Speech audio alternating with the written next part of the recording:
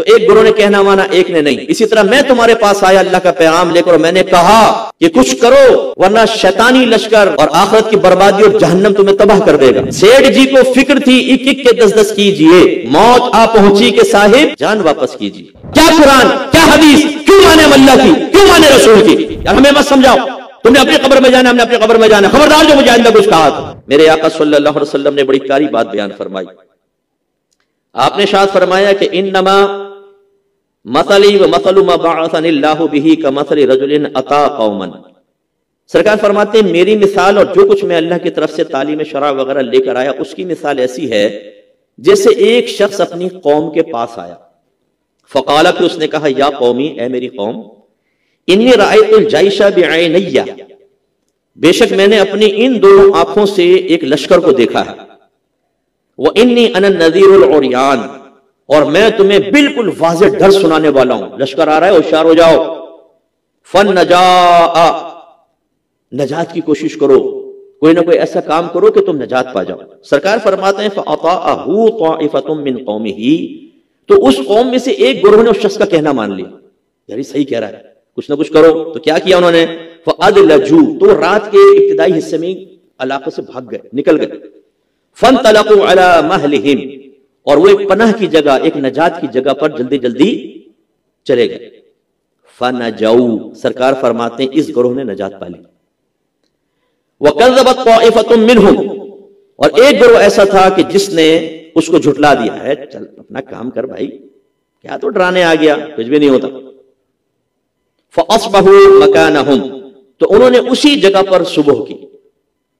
فصبحهم الجیش، تو صبح صبح جیش نے، لشکر نے ان پہ حملہ کر دیا. فاہلکہم واجتاحہم، تو اس لشکر نے ان کو برباد کر دیا، ان کو ہلاک کر دیا. سرکار فرماتے ہیں فذالک مثل من اطاعنی. سرکار فرماتے ہیں جو میں نے بیان کیا نا، تو جو پہلے گروہ کے بارے میں فرمایا، بس یہ پہلے گروہ کی مثال ایسی ہے جیسے کوئی میری اطاعت کرنے والا. یہ اس کی مثال ہے جیسے کوئی میری اطاعت کرے. فاتبع ما جئت بہ، پھر وہ میری اطاعت کے بعد اس چیز کی پیروی کرے، اس چیز کو مانے جس کو میں لے کر آیا ہوں، یعنی اللہ کے احکام.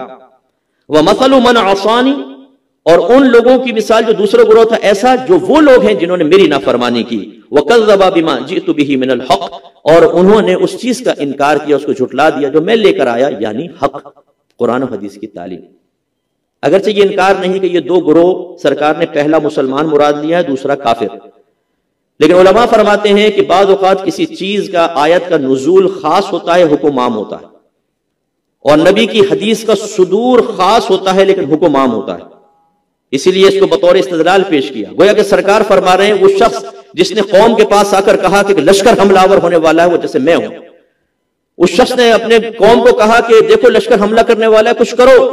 تو ایک گروہ نے کہنا مانا، ایک نے نہیں. اسی طرح میں تمہارے پاس آیا اللہ کا پیغام لے کر، اور میں نے کہا کہ کچھ کرو ورنہ شیطانی لشکر، نفس، دنیا، مخلوق اور آخرت کی بربادی اور جہنم تمہیں تباہ کر دے گا. تو دو گروہوں میں بٹ گئے. ایک نے تو کہنا مانا اور فوراً تیاری کی اور وہ نجات پا گیا. جیسے بہت سارے لوگ ہوتے ہیں وہ سنتے ہیں فوراً دین سیکھنے کی طرف آتے ہیں، قرآن کی تفسیر، حدیث کی تفسیر، فقہ سیکھتے ہیں، اپنے ظاہر و باطن میں چینج لے کر آتے ہیں. وہ معاشرے کی پرواہ نہیں کرتے. کوئی طنز کرے، کوئی اٹیک کرے، کوئی مذاق اڑائے، وہ کہتے ہیں اڑاؤ مذاق. میدان محشر میں پھر یہ دیکھا جائے گا تم میرا مذاق اڑاؤ گے یا تم مذاق کا نشانہ تم بنو گے. آج تم مجھے تنزیہ کہہ رہے ہو نا کہ میں نے زندگی کو خراب کیا، میں تم سے میدان محشر میں پوچھوں گا کہ بتاؤ زندگی کو خراب کیا یا تم نے زندگی کو خراب کیا. تو سرکار فرماتے ہیں کہ پھر وہ گروہ جس نے میری نافرمانی کی وہ ہلاک ہو گیا، لشکر نے حملہ کیا. سیٹھ جی کو فکر تھی ایک ایک کے 10 کیجئے، موت آ پہنچی کہ صاحب جان واپس کیجئے. کتنے آرام سے ہم فیملی کے درمیان بیٹھے ہوتے ہیں. ہماری بہنوں کو کوئی پرواہ نہیں ہوتی، اپنی جوائنٹ فیملی کے اندر بیٹھی ہوئی، بھائی یہ لے آؤ، آج کھانا لے آؤ، آج پیزا آئے گا، آج ہم فلاں جگہ جائیں گے، آج یہ ہوگا. نہ نماز کی فکر، نہ روزے کی فکر، نہ گناہ سے بچنے کی فکر، نہ صغیرہ گناہ کا پتہ، نہ کبیرہ گناہ کا پتہ. بچے نگاہوں کے سامنے بڑے بڑے گناہ کبیرہ کر رہے ہیں لیکن اتنا شعور ہی حاصل نہیں کہ جو یہ کر رہے ہیں وہ گناہ کبیرہ. پھر اچانک کیا ہوگا؟ سرکار نے فرمایا اچانک لشکر حملہ کرے گا. ایک دن آنے والا ہے، یاد رکھیے. یہ ہو سکتا ہے میری زندگی کا آخری بیان ہو، اور یہ بھی ہو سکتا ہے یہ آپ کی زندگی کا آخری بیان ہو، اس کے بعد آپ کو اور کوئی بیان سننا نصیب نہ ہو.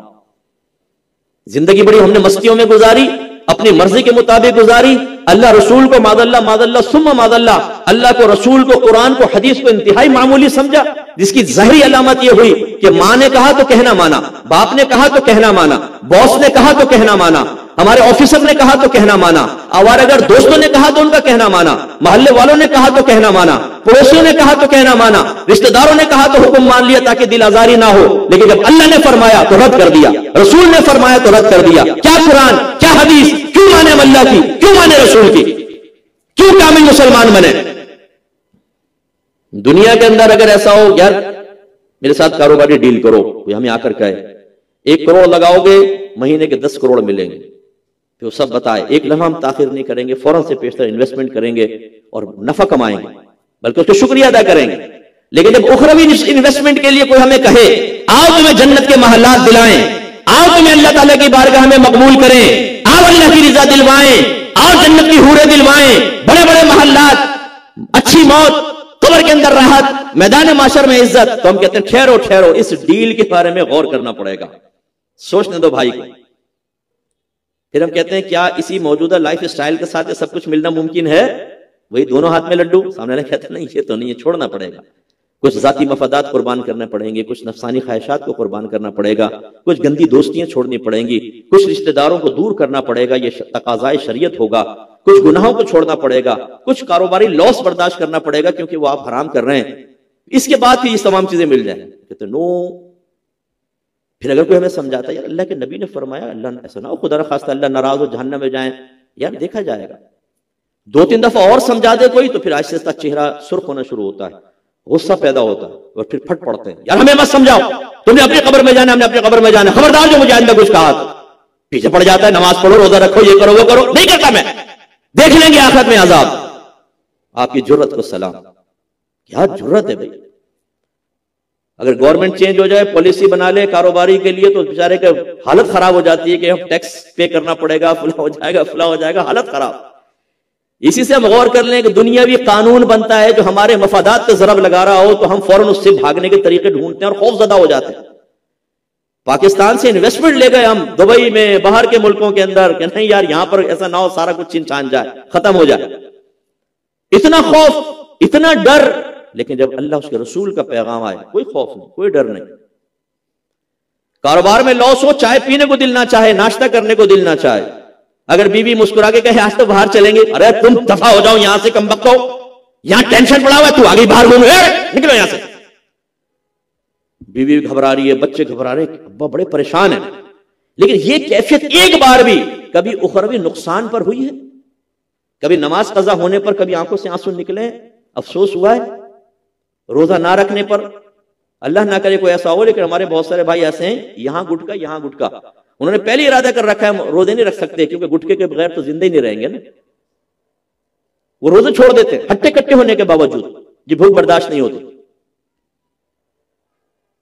تو اس کا مطلب یہ ہوا کہ اگر کوئی ہمیں ڈراتا ہے اخروی معاملات میں، کوئی پرواہ نہیں۔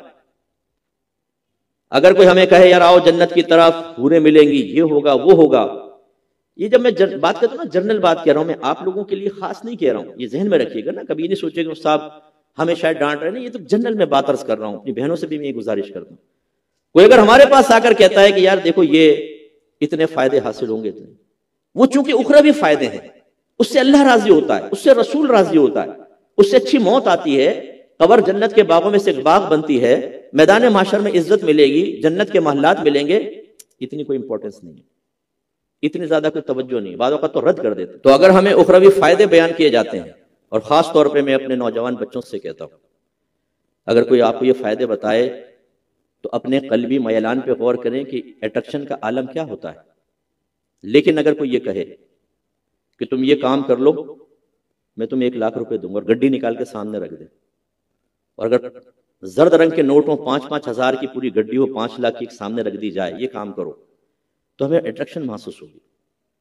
آپ ناراض مت ہوئیے گا کہ گورنمنٹ آف پاکستان یہ اعلان کر دینا کہ گورنمنٹ جاب صرف اس کو ملے گی جو داڑھی والا ہوگا، صرف اس کو ملے گی جو 5 وقت نمازی ہوگا، جس نے آج تک داڑھی رکھنے کا سوچا نہیں ہوگا۔